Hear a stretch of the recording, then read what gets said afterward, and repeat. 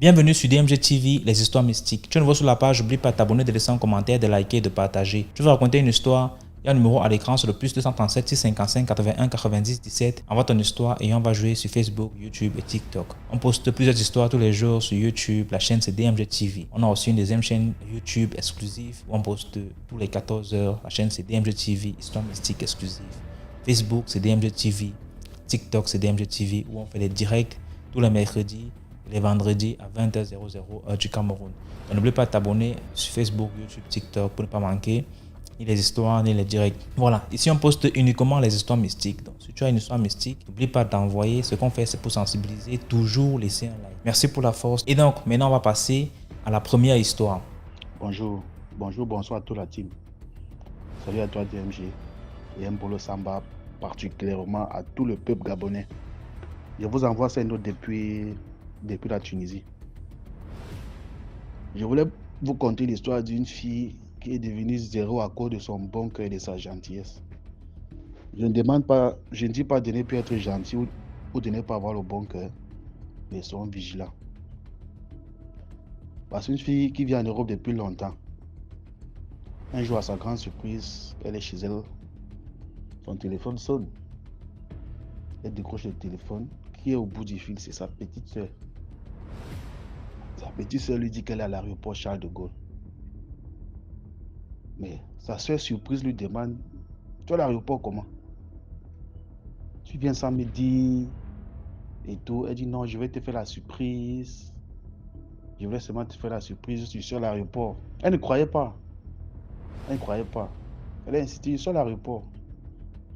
Mais, par curiosité, elle arrive à l'aéroport, se rend compte que sa soeur est bel et bien là. Elle prend sa soeur, elle ramène à la maison. À la maison, donc, il débat le sac. Il y a les choses du pays, les bâtons, les coques, tout ça. Les choses que les benguis n'ont pas là.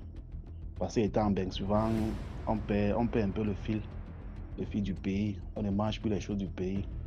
Donc, à l'occasion, quand une personne arrive en bengue avec tout ça, c'est un petit bonheur. Et curieusement, la fille avait préparé le coq. Le coq était déjà préparé. Donc, il y avait une nourriture spécialement qui était déjà cuite, préparée et tout dans le thermos. Elle a réchauffé, elle a servi à sa soeur a mangé et tout.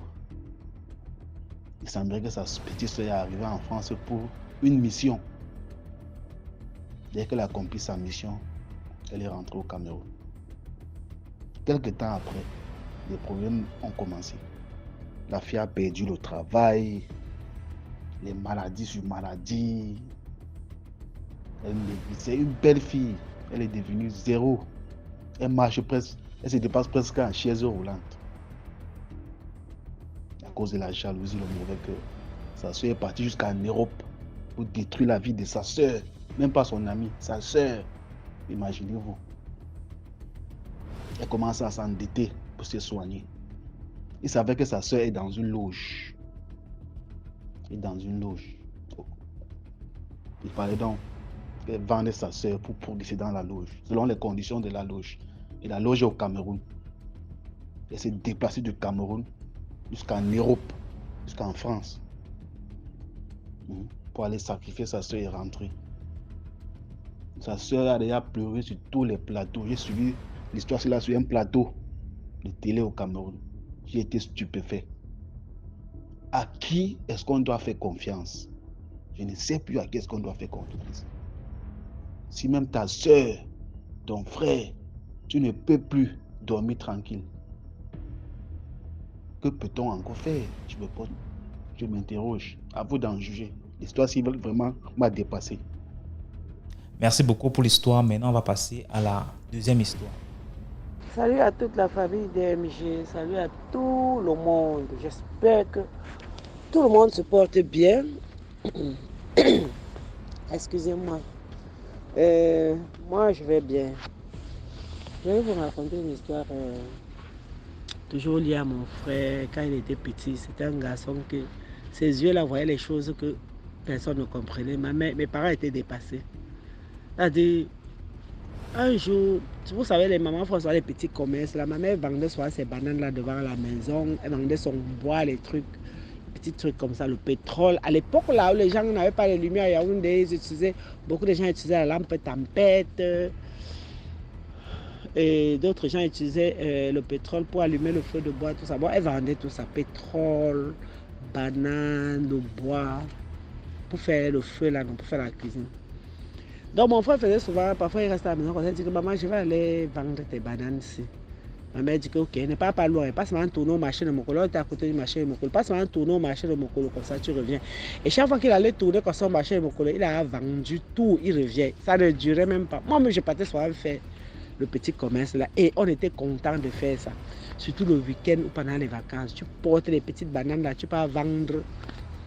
Un jour maintenant, mon frère dit qu'il peut vendre les bananes. Ma mère lui dit la même chose, il faut pas aller loin, il faut rester toujours. Tu tournes un peu ici au marché, même si ça ne finit pas revient. Le gars voulait aller plus loin en ville. On dit en ville, au centre commercial, il y a un nom, poste central, marché central, tout ça. Les bananes n'étaient pas beaucoup. Hein. Le gars prend seulement la direction de la ville. C'est-à-dire que de Mokolo, en ville, il passe par la briqueterie. Ce qu'il avait dit, il avait donné l'itinéraire, il est passé par la briqueterie. Il est arrivé vers Carrefour Wada. Il a conduit. À l'époque, là, il y avait le cinéma Le Capitole. Il passe derrière Capitole. Il peut arriver là-bas au niveau de la poste centrale. En fait, le gars ne voulait pas. Son problème n'était pas trop de vendre ses bananes. Son problème, c'était de se balader. Parce qu'il veut découvrir la ville. Il arrive à la poste centrale. Il est émerveillé de voir qu'il a marché jusqu'à la poste centrale. Le gars continue. Comme s'il allait vers le lycée Leclerc, là, vous voyez un peu, tous ceux qui connaissent Yaoundé, il faut traverser la vallée de la mort, là. Hein. On appelle ça la vallée. Mais avant, les gens appelaient la vallée de la mort parce qu'il y avait un cimetière là-bas. Un ancien cimetière. À l'époque, on n'enterrait même plus les gens là parce que c'était plein. Il y avait encore quelques places, mais on enterrait seulement les gens, les riches de Yaoundé, là. Donc, il traverse la vallée, là. Il veut maintenant se diriger comme s'il allait vers lycée Leclerc. Il y a un carrefour en bas. Quelque part en bas là pour les gens qui connaissent Yaoundé. Donc il traversait comme ça la vallée de la mort là pour aller sur la route du lycée. Le gars voulait savoir découvrir la ville. Hein. Il avait, c'est-à-dire que l'opportunité de marcher. Et le gars avait même presque vendu toutes ses bananes. Il y avait quelques bananes qui étaient mais le gars voulait savoir marcher. Il arrive maintenant à la vallée là. C'était un cimetière qui était bien entretenu. On n'enterrait plus trop les gens là-bas. Il est maintenant, comme c'est la route sur laquelle il passe, c'est une route qui est plate. Mais sur sa droite comme ça, ça monte un peu, ça fait une colline. Au-dessus de la colline, il voit un homme tout habillé en blanc qui dit « Banane! Banane, viens !» Et il dit que quand le type l'a parlé, ça faisait comme l'écho. Quand tu es dans une brousse, quand tu parles, tu entends ta voix qui fait l'écho comme ça dans la brousse. En pleine ville, ça faisait ça dans ses oreilles. « Banane! Banane !» Et le type était habillé en blanc. Il est au bas de la colline, il regarde comme ça, il voit le type qui lui fait les signes, qui vient avec la banane. Il a eu peur, il dit que ça c'est quelle qualité. Un samedi, un type dit banane, à côté d'un cimetière habillé en blanc. Il a décidé de rebrousser chemin, donc le gars s'est retourné, il n'est pas allé vers le type, il est rentré à la maison. Il arrive à la maison, il ne racontait rien à ma mère. Ma mère dit, mais pourquoi tu as duré comme ça? Et dans tout ça, il a vendu toutes ses bananes. À l'époque, là-bas, c'était quoi? On lui met les bananes environ 300 francs sur la tête. Les gens, les bananes commencent 5 à 20 francs, vous imaginez. Pour 300, c'est beaucoup, non? Le gars même a tout vendu, mais il voulait s'en marcher. Le gars voulait découvrir la ville. Oh, la mère lui a dit que tu t'arrêtes seulement au marché. Si tu vends, généralement, quand il partait, il vendait tout. 1 heure, il est revenu 2 heures. Le jour là, l'enfant a duré, la mère s'étonne que, mais comment l'enfant a duré comme ça? Il rentre à la maison et ne dit rien à la mère la nuit. Hein. Il commence à dire qu'il voit les gens qui dansent devant lui. Je vois les gens qui dansent devant moi, je vois les gens qui dansent devant moi. Ma mère pense que c'est le palud, peut-être accès palustre, ça donne souvent les hallucinations. Ma mère donne les médicaments du paludisme. L'enfant dit qu'il y a les gens qui dansent devant moi. Ma mère dit que bon, pas te laver. Il passe là, ma mère donne à manger, dit que je n'ai même pas envie de manger. Mais il ne fait pas de fièvre. Il fait que il y a les hommes qui dansent devant moi, ils dansent. Après, il se lève, il se met à fuir. Hey! Ça a commencé comme ça vers 20h. Il s'est mis à fuir. Il fuit, ma mère le poursuit. Mes autres frères sortent. On le poursuit. Le gars court. Maman, les 100 mètres. Même les coureurs professionnels là ne sont pas comme ça. Pourri. On dit que la nuit, tu pars où? On la rattrape, on la met à la maison, on dit que non, vraiment. Les gens me poursuivent. Vous savez, les pères ne sont pas souvent à la maison. Et quand je travaille au bar là, avec ses amis, ils boivent d'abord leur bière avant de rentrer. On passe à payer mon père au bar. C'est fort là-bas à la maison. L'enfant ne fait que dire qu'il fuit. Il voit les gens qui le poursuivent. En fait, il voit les gens devant lui. C'est comme ça qu'il dit qu'il voit les gens devant lui qui sont en train de danser. Quel gens, lui ne voulait même pas regarder l'enfant, ça m'a la tête baissée comme ça. Il dit que non. Et il voulait toujours fuir. On dit que tu vas fuir pour aller où? Toute la nuit, là, personne n'a dormi. On bloque les portes, le gars se met à fuir. Excusez-moi. Donc, c'était tout un problème. Mon père est dépassé. Mon père sait qu'il va faire comment. Et à l'époque, là, mon père avait un de ses cousins là qui travaillait à l'époque chemin de fer. Il vivait à Ezeka. Donc, Ezeka, c'est la zone des Bassa au Cameroun. Là, le matin, hein, le jour, c'est mon père a pris le train avec mon frère. Ils sont partis à Ezeka. Il est parti voir son frère, il dit que bon, comme c'est dans la zone de la salle, moi je ne connais pas les choses aussi. Voilà l'enfant qui est en train de fuir la nuit, il raconte tout à son frère. Avant d'arriver là, en fait, c'est que quand mes parents lui ont demandé que ça a commencé comment, ma mère lui a dit d'abord, tu es parti vendre les bananes là, tu as duré.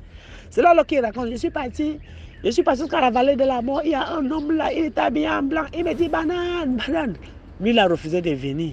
On dit que l'histoire c'est compliquée. Le type en blanc là, tu étais à côté de lui, non, je n'étais pas à côté de lui, j'étais juste en bas comme ça, la route qui part vers, je voulais partir vers le lycée Leclerc. En fait, il a raconté toute l'histoire, lui il voulait profiter pour se balader.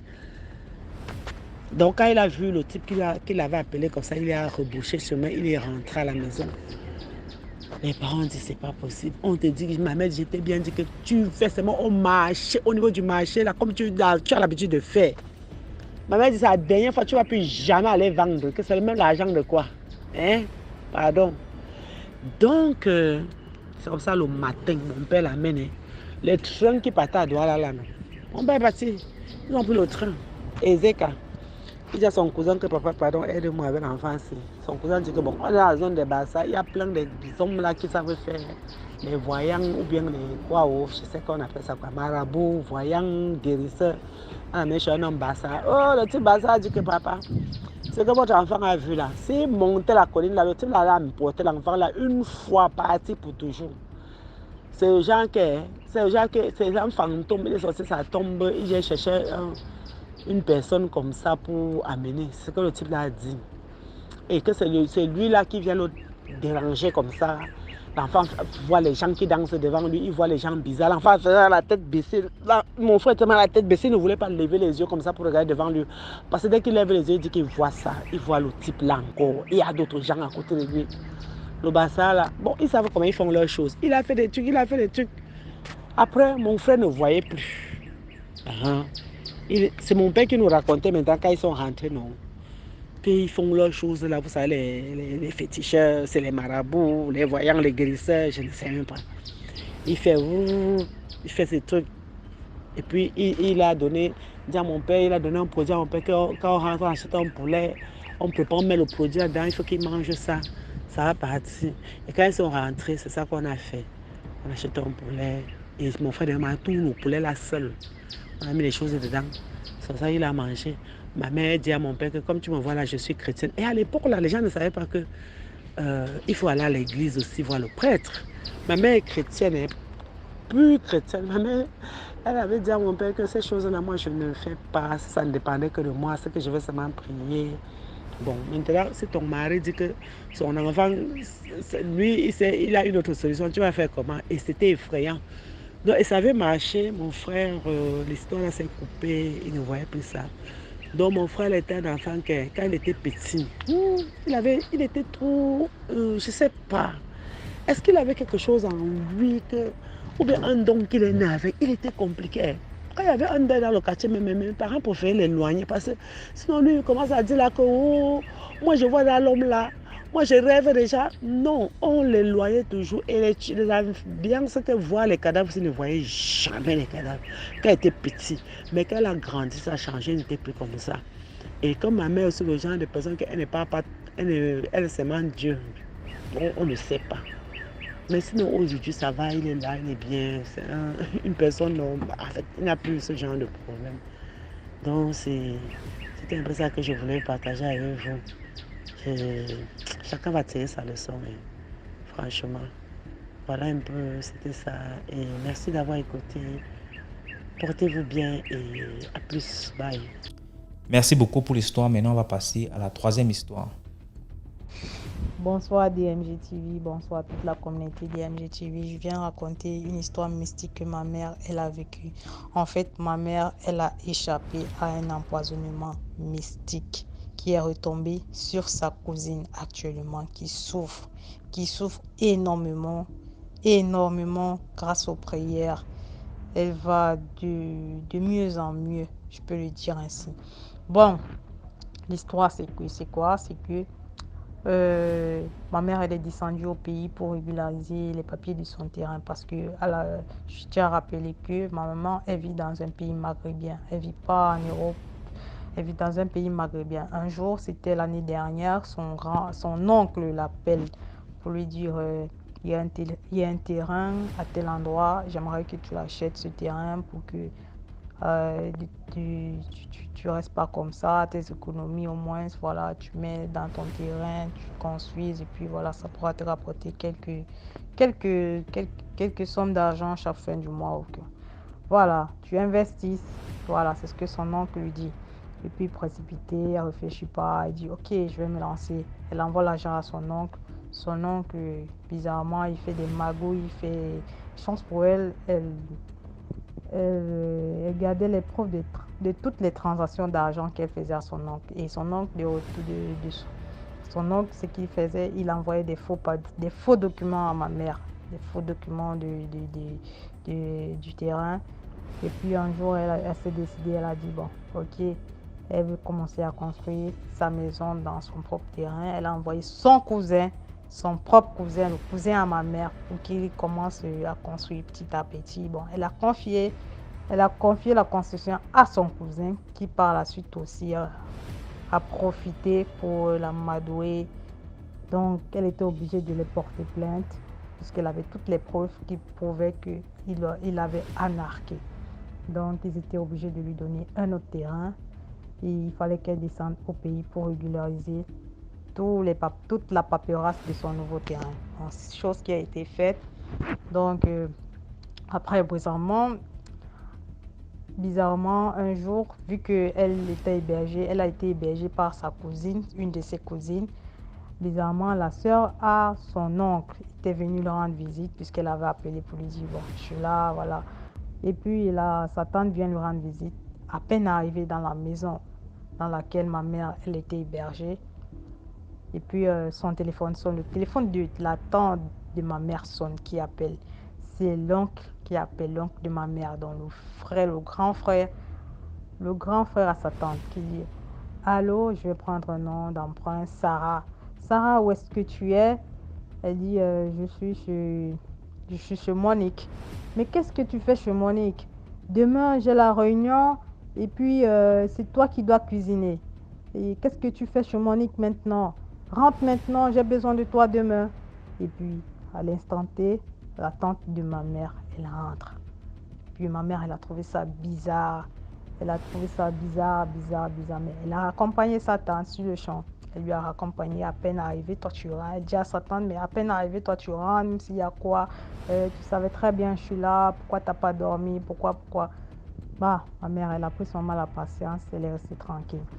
3 jours avant, ma mère, elle est pas, avant son retour avant son retour de son pays où elle vit actuellement, elle a dormi dans la maison familiale de nos grands-parents, donc de ses parents qui étaient décédés. Et puis, quand elle est rentrée chez sa cousine, là où elle était hébergée, elle a pris toutes ses affaires pour rentrer. C'est le même jour, en fait, à la veille, qu'elle a dit à ses soeurs, ses frères que voilà, puisqu'elle a 2 soeurs, un frère. Elle a dit à ses frères que voilà, je rentre demain. Donc, si vous ne me voyez plus, sachez que je ne suis plus là. C'est comme ça qu'elle est rentrée le lendemain, elle a fait ses choses et puis elle est partie. Pendant qu'elle voyageait, 3 jours après, sa cousine qui l'avait hébergée l'envoie un message pour dire ça ne va pas, je suis gravement malade. Elle envoie une photo de son pied, de la cuisse jusqu'au pied qui a gonflé. Elle dit, elle s'est réveillée le matin et subitement le pied, il a gonflé jusqu'à pourrir en fait. Jusqu'à pourrir actuellement. Sa cousine qui avait hébergé ma mère, elle souffre d'un empoisonnement mystique qui a échappé à ma mère, puisque ma mère, elle avait été protégée. La maman de ma mère, elle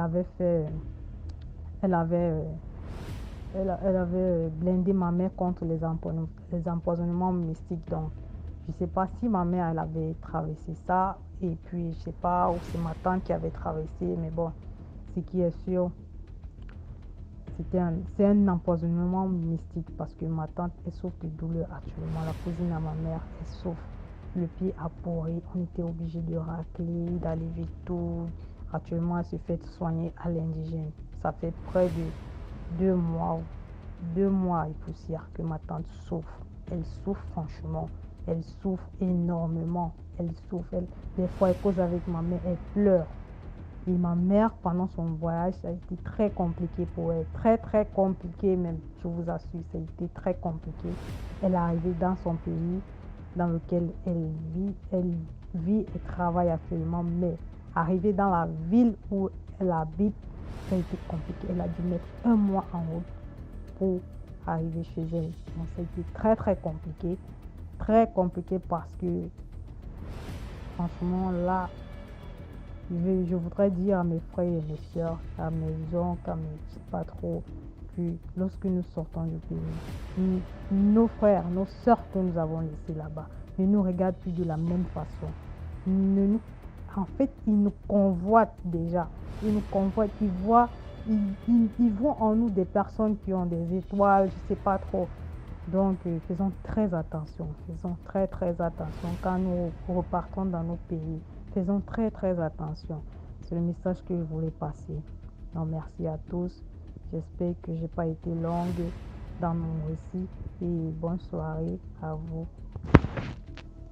Merci beaucoup pour l'histoire. Maintenant, on va passer à la 4e histoire. Bonjour à DMG et à toute la communauté. Dans l'espérance que mon message nous trouve tous en bonne santé. Alors, veuillez liker, partager, commenter, vous abonner, etc. Vous connaissez la routine? Bien, je vais faire court parce que mon histoire est quand même longue. Je vais essayer de raccourcir. Vraiment, excusez-moi. Je vais essayer de vous épargner certains détails. Bien, avant de conter mon histoire, il y a 2 conseils que j'aimerais donner. Alors, le premier conseil est qu'il faut faire très attention aux familles dans lesquelles nous rentrons, à qui nous épousons, avec qui nous nous mettons en concubinage. Parce qu'il y a des gens qui portent de lourdes charges familiales sur elles, sans même savoir que ces charges ne sont pas que physiques, elles sont aussi spirituelles. Et deuxièmement, c'est que il ne faut pas avoir des décisions reversibles. Il faut que ton oui soit oui et que ton non soit non. Parce qu'il y a des choix que lorsqu'on le fait et qu'on finit par changer d'avis, les situations sont catastrophiques. Et j'en suis l'exemple aujourd'hui. Bien, je vais raconter mon histoire. Alors, je me suis mariée très très jeune avec un jeune homme. Moi, je suis d'une famille très aisée, sans prétention aucune. Je suis d'une famille très aisée. Et sans vous mentir, pour que je me marie avec mon époux, vraiment, c'était pas facile. Parce que de mon côté, pas mes parents, mais les gens de mon entourage se disaient, mais attends, vu ta classe sociale, c'est pas avec ce gars-là que tu dois te marier, etc. Et lui, de son côté, on avait déjà fait un bon bout de chemin. Et lorsqu'on a décidé de se marier, on n'avait pas d'enfant. Donc, vous imaginez bien chez nous en Afrique, une femme qui n'a pas d'enfant depuis plus de 5 ans. Qu'est-ce qu'on raconte? Qu'est-ce qu'on dit d'elle? Donc, mes beaux-parents refusaient. Non, ta femme ne fait pas d'enfant, machin, elle est stérile, etc. Je vous assure que c'est pas facile. Mais nous, on savait où on voulait aller, on connaissait notre vision. On s'est battu comme on pouvait essayer de convaincre, etc. Pour finir, on s'est mariés. Chose étrange que j'ai remarqué quand je suis rentrée dans ma belle famille, c'est que tout l'espoir de ma belle famille reposait sur mon époux. Tout l'espoir de ma belle famille. étrangement, alors qu'il n'est pas le plus riche. Il n'est pas non plus celui qui a fait de très longues études, parce que moi, mon époux n'a pas fait de longues études. Mais il a une chance financière, je ne vous dis pas son nom. C'est-à-dire que il peut rencontrer quelqu'un aujourd'hui, ils vont discuter 5 minutes. La personne va prendre 10 millions pour lui donner. Bon, tiens, je vois que tu es quelqu'un d'honnête, nous faisons affaire ensemble. Et c'est comme ça qu'il se fait un grand nombre de contacts. Parfois, je suis étonnée de voir les gens qu'il fréquente et de voir les sommes d'argent qu'il touche. Pourtant, il n'a pas fait de longues études, il n'a même pas un niveau baccalauréat. Et donc, on s'est mariés. Nous sommes restés là 1 an, 2 ans. Et coup de chance, je tombe enceinte. Je tombe enceinte 1 mois, 2 mois, 3 mois. Mais je remarque que mon mari ne dort plus bien les nuits. Il devient distant, il réfléchit beaucoup, il est inquiet. Je pose des questions, il ne me répond pas. Je demande, il ne répond pas. Mais vous savez, on dit, il y a un adage qui dit quand le poisson pourrit, il finit par sentir. J'ai découvert que mon mari avait fait un enfant dehors. Vous imaginez. Et donc la pression, la tension, tous les jours, c'était les problèmes, des chamailleries. Donc il était inquiet parce qu'il avait fait un enfant dehors, il ne savait pas comment m'annoncer. Entre-temps, mes beaux-parents, ils étaient au courant, mais ils étaient très très contents, ils étaient au paradis de savoir qu'enfin leur fils a fait un enfant. Moi j'étais enceinte, j'étais même pas au courant. Mon époux n'était pas au courant. Et là, vraiment, avec tous les problèmes, la tension et tout, j'ai fait vraiment une forte crise, un malaise à la maison, on m'emmène à l'hôpital. Et là, on découvre que j'étais enceinte de 3 mois. J'ai fait une fausse couche, j'ai pleuré toutes les larmes de mon corps, vous n'avez pas aidé. J'ai décidé de partir de mon ménage, j'ai pris mes choses, mon époux m'a supplié, les gens m'ont conseillé, j'ai dit, niet, je ne veux pas supporter ça, on s'est tout dit. On s'est donné nos limites, mais ce que tu viens de faire là, c'est un couteau que tu viens de me planter dans le dos. J'ai décidé de partir. Malgré que je partais, c'était un travail toujours psychologique. Ma maman me parlait, les gens me parlaient, tout et tout. J'ai décidé de revenir dans mon ménage parce que mon époux lui-même, il était vraiment déterminé à ce que je rentre. Il me suppliait par tous les moyens. Je suis rentrée. En rentrant, la meilleure des nouvelles, c'est que la fille qui a fait l'enfant avec mon époux, elle décide que tant que moi je ne pars pas du ménage, elle va venir abandonner son enfant chez moi. Parce que pour elle, comme elle sait que j'ai un mental faible, selon elle, elle va venir déposer l'enfant. Je ne vais pas pouvoir supporter l'enfant. Je vais partir. Elle va rentrer dans ma maison. Tout ce que je me suis créé en combien d'années, elle pense venir prendre ça comme ça. Vous imaginez les problèmes. Les problèmes, j'ai dit niet. Mon mari m'a supplié que maman prenne l'enfant. J'ai dit niet. Il m'a dit prends l'enfant parce que la pression que cette folle-là me met. Je préfère que l'enfant soit ici et elle et moi, on n'aura plus rien à voir. J'ai dit jamais. Vous m'avez imposé ça mentalement. J'accepte déjà que parfois tu es dehors, tu es allé voir ton enfant. Vous allez m'imposer encore ça physiquement. Que je dois garder un enfant, que vous êtes allé consommer votre chose. Et après, c'est moi qui vais en écoper les pots cassés. Je ne vais pas dormir la nuit parce qu'un bébé, vous savez, ça pleure et tout. J'ai refusé. L'enfant est parti chez mes beaux-parents. Bébé, je vous parle d'un enfant de 4 mois, bébé. L'enfant est parti chez mes beaux-parents. Mes beaux-parents ont gardé l'enfant, mais l'enfant était tout le temps malade. À chaque fois, l'enfant est malade, on appelle mon mari. Il faut envoyer 20 000. Oh, l'enfant est hospitalisé, il faut envoyer 50 000. Il faut envoyer 100 000. Je vous assure qu'on l'appelait même pour le courant. Oh, on est dans le noir, ton enfant va dormir dans le noir, il faut envoyer l'argent. Oh, il faut faire le marché de ton enfant. Un bébé mange le riz depuis comme mon Dieu. Oh, il faut faire le marché de ton enfant ici. Oh, il faut faire ceci ton enfant ici. C'était devenu une lourde charge financière. Je vous assure que par mois, chez mes beaux-parents, on n'était pas à moins de 400 000 francs mois parce que le bébé vivait là-bas. J'ai commencé à en avoir assez et ça a commencé à empiéter sur nos finances excessivement parce que on est un couple, on fait des épargnes ensemble. Mon mari, il est dans les affaires, il touche beaucoup d'argent, c'est vrai, mais ce n'est pas tout le temps. C'est-à-dire, il peut avoir un marché aujourd'hui, il peut avoir le prochain marché peut-être dans 1 mois, dans 2 mois. Or, moi, je travaille, je suis payée régulièrement tous les mois. Donc, vous voyez que parfois, je m'investis dans les charges financières. Je peux donner à mon mari un 10 000 ou par exemple un 100 000 pour dire, bon, tiens, le mois là, par exemple, c'est pour la maison, exemple. Et comme il a une pression financière ailleurs, On se retrouve avec un impayé de loyer. Il prend d'abord cet argent pour envoyer là-bas. Vous imaginez un peu comment ça devenait acculant en fait. Et donc là, mon mari me fait asseoir, il me parle, il pleure. L'enfant était tombé gravement malade dans un coma. L'enfant avait des boutons sur le corps qui se perçaient, ça faisait l'eau qui coulait. L'enfant était devenu... Non, l'enfant était à 0,2 d'hémoglobine. L'enfant n'avait plus de sang. C'est-à-dire, si on n'avait pas emmené l'enfant, eux, ils n'avaient pas emmené l'enfant à l'hôpital. Il restait peut-être 5 minutes, l'enfant mourait. Il m'a supplié, il a pleuré, il a tout fait. Malgré que l'enfant est à l'hôpital, on dit à la maman de l'enfant de venir garder l'enfant. Il dit, elle ne vient pas. Lorsque je pars voir l'enfant à l'hôpital, quand même, vous savez, un cœur de femme, de mère, je vais voir l'enfant à l'hôpital. Dès que j'arrive à l'hôpital, tout le monde se lève, on m'abandonne avec l'enfant. Dès lors, je vais à la boutique, Ils sont partis m'abandonner avec l'enfant. Ils ne sont plus jamais revenus. Jusqu'à ce que j'ai fait 1 semaine avec la même tenue à l'hôpital avec cet enfant. Quand ils se sont levés là, je ne les ai plus jamais revus. Jusqu'à ce que l'enfant sorte de l'hôpital. J'ai fait 1 semaine avec le même sous-vêtement, le même habit. Mon mari part au travail, il venait les soirs nous voir. Quand il rentre, il est fatigué, il va dormir. Le lendemain matin, il ne peut pas venir me déposer les habits, il va au travail, etc. C'était difficile. Quand l'enfant est sorti de l'hôpital, mon mari a fait un travail psychologique, il m'a parlé. Je suis allée voir ma maman, vous connaissez les mamans d'Afrique, les conseils, elle m'a parlé, elle m'a dit, prends l'enfant. On ne sait pas ce que l'enfant peut devenir demain. C'est un bébé, l'enfant n'est pour rien, prends l'enfant. J'ai accepté, j'ai pris l'enfant. Je vous assure et je vous promets que ça a été l'erreur de ma vie.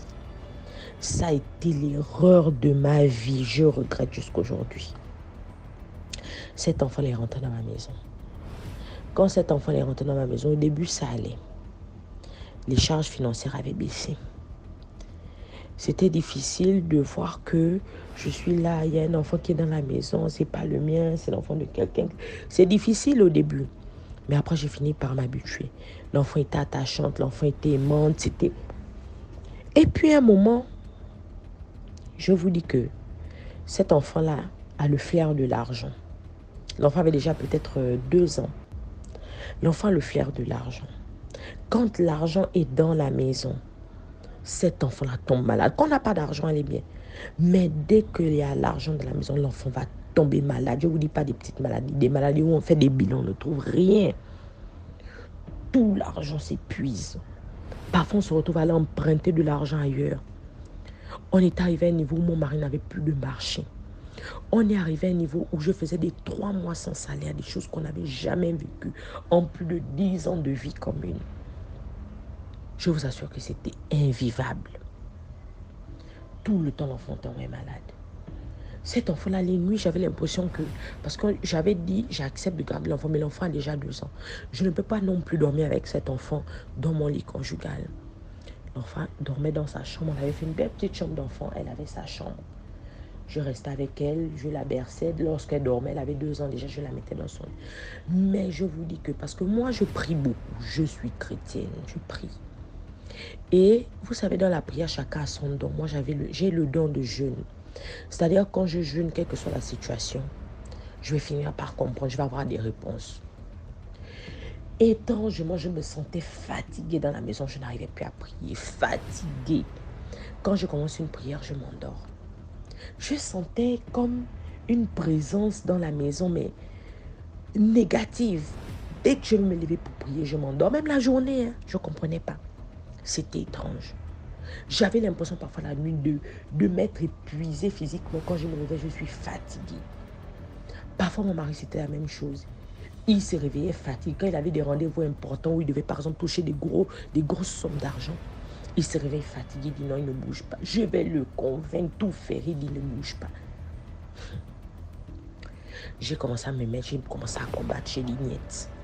Ça là, je vais mettre ça en prière. J'ai commencé à prier. Puis entre-temps, quand l'enfant était ici, la condition était telle que en semaine, l'enfant est là, mais le week-end, l'enfant va chez mes beaux-parents parce que j'ai besoin du week-end pour me reposer. Vu que je travaille, donc en semaine, la nounou est là.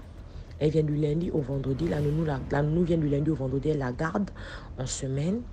Et le week-end, la nounou ne travaille pas, ce qui fait que le week-end, elle va chez mes beaux-parents. Ça me donne le temps aussi de me reposer. C'était ça la condition sine qua non. Mais je vous dis que quand j'ai commencé à prier, les attaques que j'ai commencé à vivre, vous n'avez pas idée. Les attaques que j'ai commencé à vivre, vous n'avez pas idée. Un jour, mon époux et moi, on dormait. La clim ne donnait plus. Ça ne passait plus. Et puis après, à un moment donné, ça a relancé. La clim roulait. Pourquoi? Parce que du côté où on met la tête, la clim est là. Donc l'eau a commencé à couler dans la clim. Vous savez, quand c'est trop glacé là. Et puis tout d'un coup, mon mari s'est levé, il est parti pisser. Donc j'étais allongée. Tout d'un coup, j'écoute les coups aussi. Dès que je soulève la tête, j'ouvre les yeux, la clim. Donc le câble là s'est détaché, a commencé à brûler. Les gouttelettes de feu là, parce que ça brûlait le câble, vous savez, le caoutchouc. Donc ça a commencé à tomber sur le matelas. Le matelas a commencé à prendre feu dans la nuit. Il n'y avait que des choses étranges qui nous arrivaient. Je prépare le riz. Quand je vais aller dormir, s'il restait par exemple un fond de riz, dès que je suis venue ouvrir la marmite le matin, regardez je sais pas, une meute de cafards. C'était devenu insupportable. On n'avait plus rien. C'était devenu difficile. Je suis tombée enceinte une fois encore. 1 mois fausse couche. Je suis retombée enceinte encore 2 mois fausse couche jusqu'à ce que cet enfant-là ait eu. Aujourd'hui, l'enfant a 7 ans. Jusqu'à ce que cet enfant-là ait eu 6 ans. Je vous assure que j'ai fait au moins 5 fausses couches. Un temps, je me suis décidée, j'ai dit, je vais chez ma maman d'abord faire une retraite de prière. Je suis allée, j'ai fait un jeûne de 2 semaines. Je dis, les gens ne se cachaient plus. Mes beaux-parents prenaient le téléphone pour m'appeler. Oui, qu'est-ce que tu crois? Ah bon, hein, donc tu es venu faire un enfant comme ça là. L'enfant que tu es venu prendre là. Mes beaux-parents qui me disaient ça. Tu es venu prendre l'enfant là, était chez nous. Donc tu es venu nous arracher l'enfant. À cause de toi, on ne peut plus manger. L'autre enfant ne peut plus nous envoyer l'argent. On va te montrer ça. Il m'appelait au téléphone. À cause de quoi? À cause de l'argent. Parce que les sommes exorbitantes qu'on envoyait là-bas, quand l'enfant était là-bas, ne partait plus. Tout restait sur place maintenant, vu que c'est moi-même qui gardais l'enfant. Et le comble, c'est que l'enfant avait commencé à sortir la nuit de son corps. Parce que l'enfant là-bas dormait avec les grands-parents. Quand il était là-bas, il dormait avec les grands-parents. Et les mêmes grands-parents qui me harcelaient. Donc un jour ici, là, quand je suis rentrée de la retraite de chez ma mère, un jour, l'enfant est rentré. Un dimanche soir, je me rappelle. J'ai commencé à prier. J'ai attrapé l'enfant par la main. Mon mari n'était pas là. Prier. Je vous dis que l'enfant a commencé à parler avec une voix d'homme. L'enfant a commencé à parler. Mais me relater des choses. Mais l'enfant parle avec la voix d'homme et m'appelle maman. Oui, maman, tu es partie me chercher là-bas. Pourquoi? Moi, je reste là-bas, je suis bien là-bas. Là-bas, là, quand on me garde, on m'emmène la nuit, je vais en France. Je vous parle d'un enfant, je vais en France. Je vais aux États-Unis. Tu m'as enlevé de là-bas. Pourquoi? Quand je suis là-bas, papa s'occupe bien de moi. Quand je suis là-bas, je viens voir papa la nuit. Donc, quand l'enfant est en week-end chez mes grands-parents, la nuit, il vient nous visiter. Imaginez-vous les choses que l'enfant raconte. Oh non, je viens vous visiter la nuit. La dernière fois, je rentrais la nuit parce que moi, j'ai mon véhicule. Et souvent, quand je travaille, parfois, je rentre un peu tard, surtout le vendredi. Parce que le vendredi, je fais l'OCT, pour ceux qui connaissent, de l'entreprise où je travaille. Je fais le bilan et tout ça. Donc, je rends les rapports le vendredi avant de démarrer la semaine le lundi. Et un vendredi, je rentrais. Je ne sais pas ceux qui connaissent la civette. Je rentrais, je roulais pas en plein phare. Donc pendant que je rentrais, je voyais, parce que moi j'habite quand même retiré de la ville, je voyais un animal noir qui marchait de dos, mais vraiment lentement. C'est-à-dire, il n'était pas effrayé par les phares, il marchait lentement. Et là, je me dis, bon, comme on est quand même dans une zone retirée, nous sommes quasiment en brousse. Je mets les pleins phares. Quand je mets les pleins phares, dès qu'elle se retourne, c'est la civette. Avec de longs ongles. Je klaxonne, la civette se met au milieu de la route. Genre pour me barrer le passage. Je vous dis que j'étais prise de panique. Il y a un froid qui m'a pris des orteils jusqu'à la chevelure. Je ne pouvais même pas accélérer pour cogner la civette. Elle est restée là. J'étais comme hypnotisée à la regarder. Vous savez, la civette a les yeux comme le chat, ça brille la nuit. Je regardais la civette me regardait jusqu'à ce qu'elle a décidé de rentrer. Et c'est l'enfant qui vient maintenant me relater que ce jour-là, c'était la civette. C'était elle la civette ce jour-là quand je suis rentrée. Et qu'elle venait me faire un accident. Mais quand elle a pensé à comment je l'ai gardée, quand elle était malade à l'hôpital, c'est pourquoi elle m'a laissé m'épargner la vie. Parce que là où je roulais ce jour-là, il y a un gros ravin. La route est vraiment restreinte. C'est-à-dire, si je faisais une fausse manœuvre, vraiment, je tombais dans le ravin. Et c'est pas un ravin, vraiment, c'est un ravin. C'est-à-dire, je tombais là, on ne parlait plus de moi. Vous imaginez? J'étais choquée. J'étais choquée. L'enfant a commencé à me relater de ces choses. Oh non, la dernière fois, on est venu ici avec mamie. Mamie a enlevé son slip. Elle a frotté devant la porte. Mamie a fait... Non. À cause de quoi? Que ce sont eux qui mangent mes enfants. Ce sont eux qui bouffent mes enfants. Moi, je suis au courant que j'ai fait à peu près 5 fausses couches, ou trop 4, depuis que cet enfant est rentré dans ma maison. On me dit que j'ai fait 10 fausses couches. L'enfant qui me dit ça, qu'il y a 10 enfants qui m'ont déjà pris. Je vous dis que j'ai pleuré. J'appelle mon Dieu. Je dis que Seigneur, je risque de ne plus répondre de rien.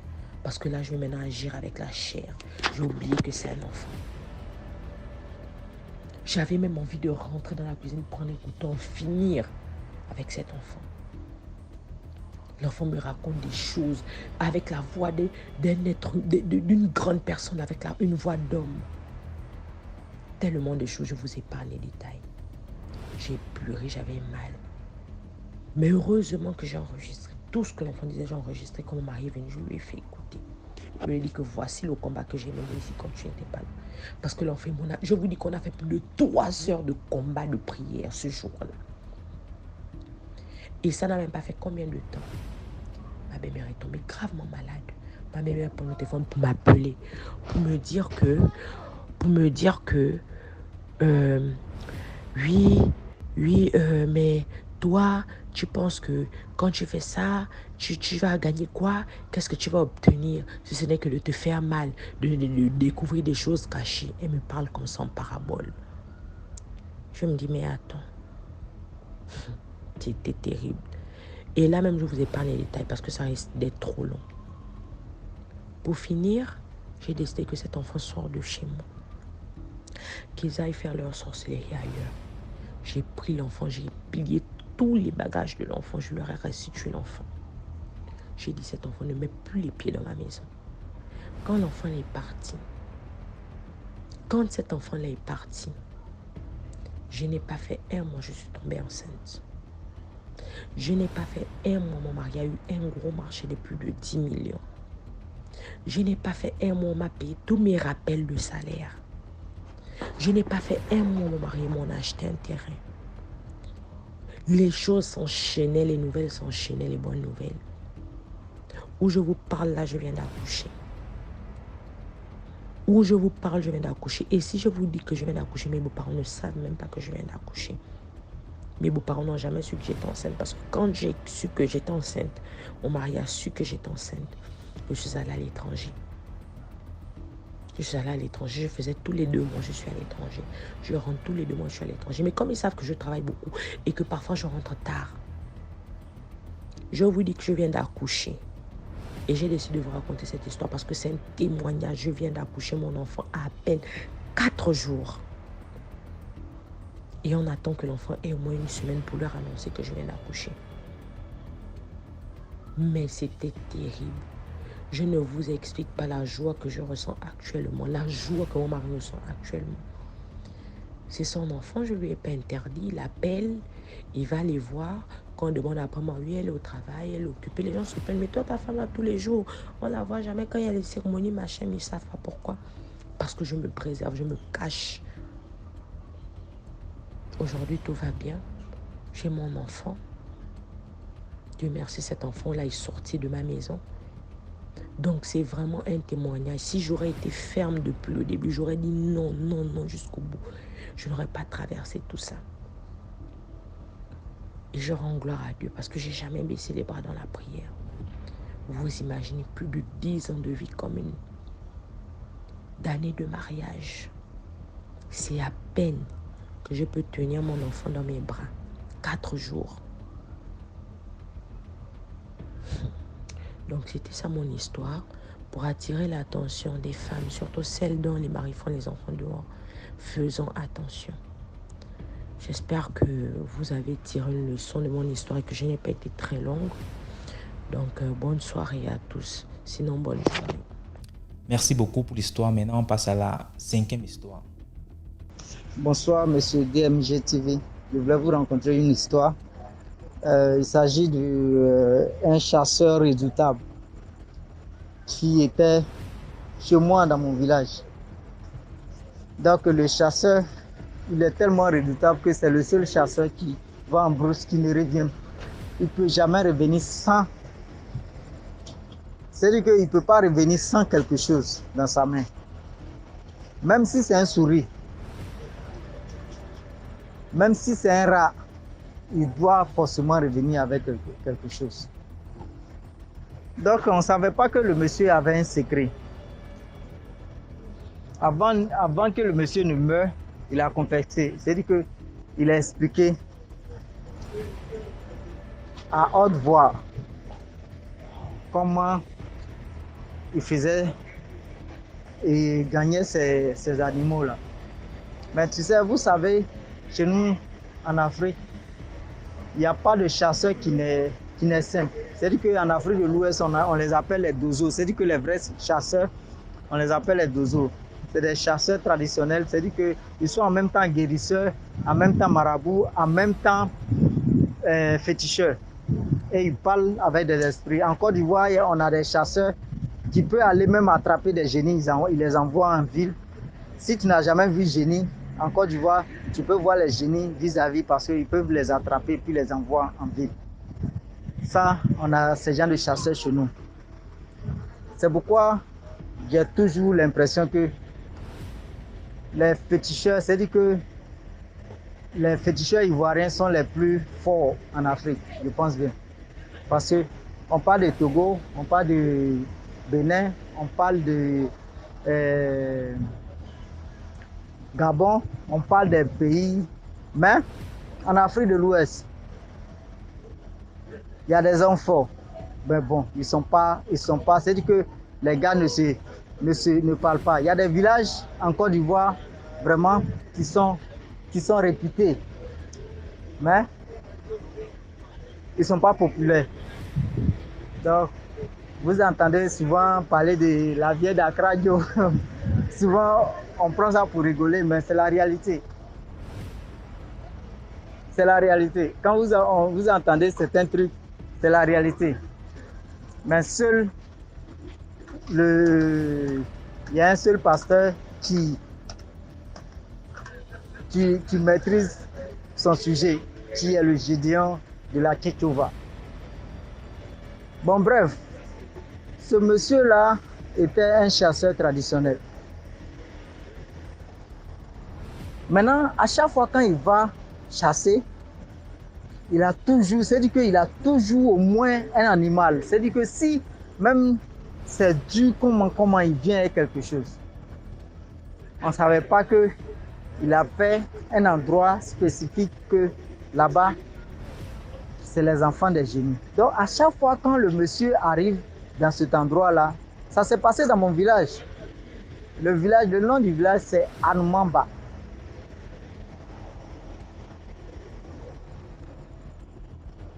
Dans la région de Moronou, la région de Moronou. Donc c'est comme ça, le monsieur, il va toujours à la chasse, il a toujours des animaux. Quand il va, il revient. C'est-à-dire que les gens sont étonnés. Les autres chasseurs peuvent aller, souvent il y a des saisons, ils peuvent faire 3 jours, 4 jours, une semaine même là. Certains n'arrivaient pas à s'attraper au moins quelque chose. Mais ce monsieur-là, il a toujours des choses. On ne sait pas comment il fait. Et ce monsieur, à chaque fois, lui-même, là, quand le jour qu'il devrait mourir, il a confessé. Il dit qu'il y avait un endroit qui partait. À chaque fois, quand il arrive, il trouve un petit bonhomme. C'est-à-dire qu'un enfant qui a l'aspect d'un enfant. C'est-à-dire que tu vois, quand les anciens, il y a les anciens façons, les anciens s'habillent là, ils attachent, bon, chez nous, les Akans, on appelle ça kojo. Kojo, c'est quoi? On appelle aussi ablacon. Comment ça se passe? C'est-à-dire qu'on prend un pagne, un morceau de pagne, on attache ton côté intime et ton derrière, et puis on met au moins une corde autour du rein. C'est ça qui les attrape. Donc, on appelle ça ablacon ou bien kojo. Et c'est à chaque fois quand il va dans cet endroit-là, il trouve ce petit bonhomme-là, un enfant, qui lui dit que tonton, et il parle dans sa langue, tonton, ewa namblawakon, nambawakon, ewa nambawakon, nambo kumbe, nama now,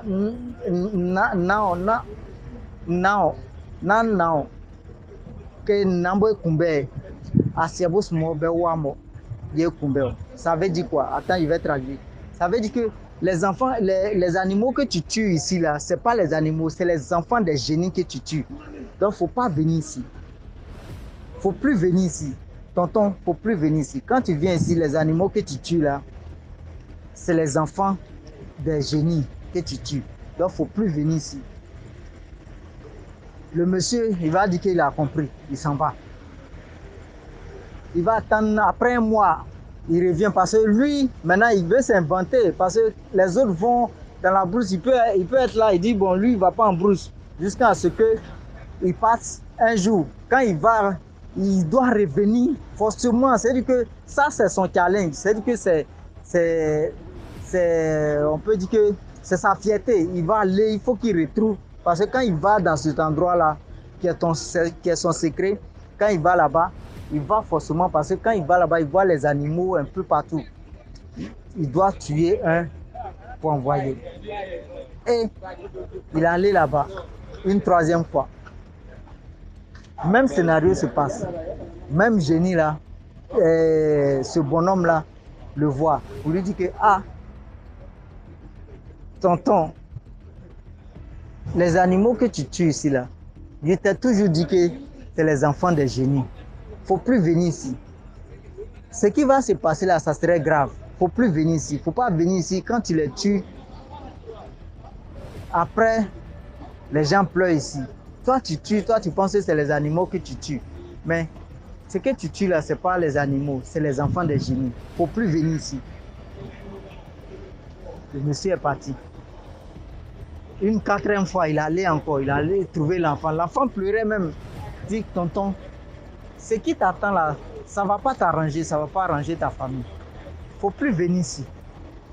Si tu viens ici encore, ça serait grave.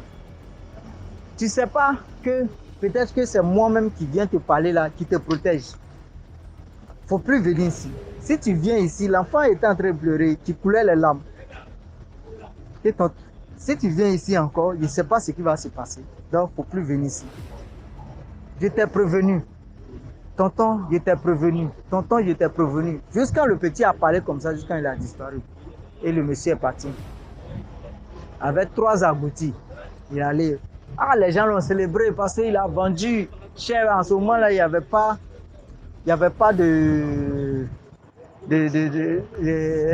d'animaux même au marché pour que les gens puissent s'abreuver. Donc, c'est comme ça. Le monsieur a vendu. Quand il a vendu ces trucs, il était là, serein. Après un mois, 2 mois, 3 mois, on ne sait pas ce qui s'est passé. Quel moustique a piqué ce monsieur-là? Il s'est levé. un soir, il est parti encore. Il est arrivé là-bas. Quand il a vu, quand il est rentré dans la forêt comme ça, là, le petit l'a apparu. Tonton, faut te retourner. Faut pas tirer sur un animal ici. Faut pas tirer sur quelque chose ici, pardon. Pardon, faut pas tirer sur quelque chose ici, faut partir. Le monsieur était là, il regardait le petit. Après, quand le petit a dit ça, il a disparu. Mais quelque chose qui te suit là, qui va t'arriver là, c'est-à-dire que nous les chrétiens, le destin là, c'est ce qui est ça. Ce qui doit t'arriver là, ça t'arrivera, quel que soit ce qui va se passer. Ça va se passer. Donc c'est comme ça, le monsieur, il s'est hasardé. Il est arrivé là-bas. Il est arrivé là-bas. Il a vu c'était un antilope. Quand il a tiré, il dit que quand il a tiré comme ça là, c'est-à-dire que il a entendu même bruit là dans la forêt.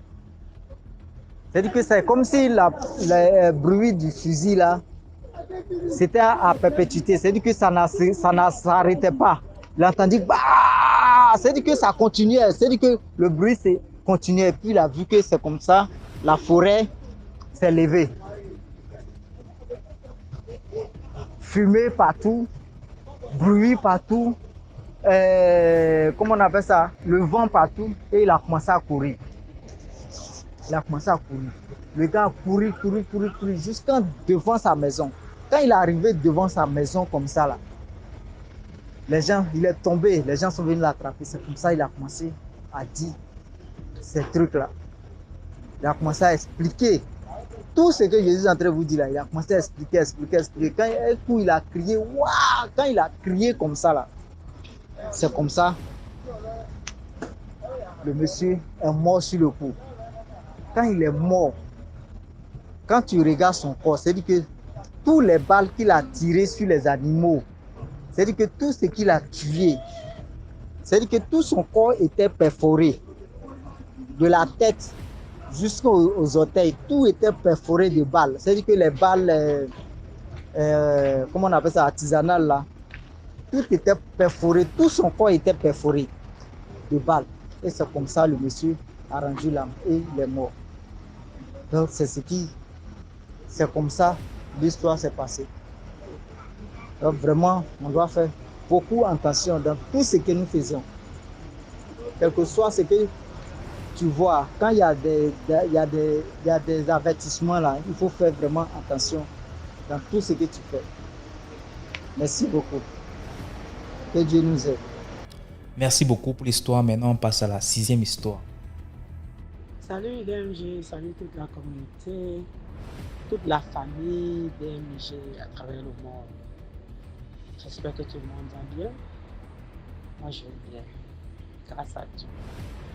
Donc, je viens raconter une histoire qui s'est déroulée il y a longtemps au Cameroun. C'était au temps d'Aïdjo. Les gens à l'université de Yaoundé, je crois que l'école s'arrêtait seulement en 3e ou 4e année. 4e année, on avait la licence. L'université, c'était rien qu'à Yaoundé. Voilà un jeune universitaire qui est allé dans une boîte de nuit vers Obili, Yaoundé Obili. À l'époque, il y avait une boîte de nuit qu'on appelait, si c'était quoi là. À l'époque, moi je peux donner le nom, non, ça n'existe plus. C'était Canary Bar, quelque chose comme ça. Et les gens, ça chauffait. On dit, oh, il y a les fées là-bas, les gens qui ont le style de femmes là, ou c'est les Mami Wata ou c'est quoi. Les femmes qui n'ont pas de jambes là, tu vois, ça va les pattes de bœuf, les pattes de quoi d'animaux là.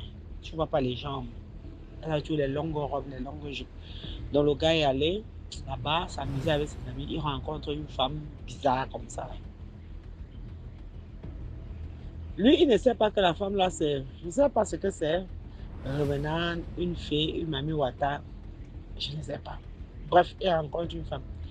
très belles, avec de longs cheveux, toujours les mêmes caractéristiques. C'est des femmes qui sont très belles, très attirantes. Elles sont toujours extraordinaires. Quand tu regardes les ongles, tu regardes le genre d'ongles, c'est tellement beau. Les maquillages. Vous voyez, je vais faire une parenthèse. Les maquillages que nous on fait aujourd'hui, là, vous voyez les make-up, les longs ongles. L'origine, c'est les filles, c'est les mamies Wata. Ça vient de là. C'est pour ça que vous voyez d'autres pasteurs vont dire que ne mettez pas les longs cheveux, les longs ongles. Parce que ça vient de là. Vous allez remarquer que tous les gars qui ont rencontré ce type de femmes, ou bien les filles qui ont rencontré ce type d'homme, trouvent toujours une beauté extraordinaire, une beauté, elle est belle. Les longs cheveux, les ongles ont toujours une couleur que... Vous voyez les fausses ongles qu'on met là, non. L'origine de ça, ça vient de Mami Watae. C'est pour ça que d'autres pasteurs là disent qu'il ne faut pas mettre ça. Peut-être parce que l'origine vient de là. Les make-up, c'est-à-dire que ça te transforme, tu deviens un peu plus belle, tu deviens un peu un genre, voilà. Donc le gars a rencontré une belle fille. Il est rentré avec la fille, il a fait la... Bon, comme tous les hommes, non. Il est intéressé, il a parlé, ça a marché, ils sont rentrés. Et après, il n'a plus revu la fille. Je dis qu'il avait eu la licence à l'époque là, et il devait aller en France continuer ses études. Il a rencontré la fille seulement une nuit qu'ils ont passé ensemble, la fille est partie. Maintenant, le gars arrive en France. Il commence ses études, il a son petit appartement, il part à l'école. Quand il rentre, sa maison est rangée. Tout est fait, il y a la bouffe, tout est préparé. Il dit que, mais qu'est-ce qui fait ça? Lui, il ne comprenait pas. Il avait du mal à manger, il avait du mal à dormir. Chaque fois qu'il rentre à l'école, sa maison est rangée. Les choses sont lavées, tout propre. Mais il ne voit pas qui a fait ça, qui fait ça. Lui, il était inquiet. Et vous savez, à l'époque, il n'y avait pas de téléphone. Hein. Tu appelais ton parent, il faut avoir écrit la lettre. Ça fait un mois avant d'arriver à Yaoundé. Le temps que tu aies la réponse, un mois après. Donc, le gars était dépassé. Un matin, quand il se réveille, il voit la fille. Il dort comme ça, il se réveille, il voit la fille. La fille a fait la même chose, elle a prêté tout au café. Et c'était toujours comme ça. Lui, il n'arrivait même pas à manger. Lui, il partait plus manger à la fac ou bien manger dehors. Il ne mangeait pas. Mais ce qu'il ne trouvait jamais les restes gâtés ou quoi, il trouve tous les nouveaux repas, le lit bien dressé, la maison est, mais c'est propre, d'une propreté. C'est comme si on a seulement brossé le sol, lavé, c'est-à-dire que tout brille d'une propreté vraiment. Waouh! Ce matin-là, donc, il se réveille, il trouve la fille. Donc, la fille qu'il a rencontrée depuis une nuit à Yaoundé. La fille l'a suivi jusqu'en Europe. Ça fait combien de mois? Plusieurs mois après. Il se lève, il trouve la fille assise au salon. Il demande à la fille que merde. Il est étonné. Le gars peut même s'évanouir. Il dit que non, n'aie pas peur, pardon. Calme-toi, assieds-toi. Très gentil, très souriante. Toujours avec sa beauté, toujours bizarre, la superficie. Ils ont toujours leur beauté là, attirante. Le gars est étonné, c'est-à-dire qu'il est sur le point de s'évanouir. Que ça, c'est quoi ça? La fille lui dit que mais tu me connais pas. Il dit mais bien sûr, je te connais. Et le gars dit que je t'ai seulement connu une nuit, non? Donc c'est toi qui fais tout le ménage, si c'est moi, tout le travail. Si quand je viens, je ne comprends pas, je suis perturbée. La fille dit oui, mais c'est moi. Mais c'est moi qui fais ça. Le gars dit que mais c'est quel genre de personne es-tu? Hein? J'ai voyagé seul. Je t'ai rencontré une fois. Je t'ai jamais parlé de mes projets. Je pars du Cameroun, j'arrive ici, en France. Je te retrouve dans mon appartement. C'est comment?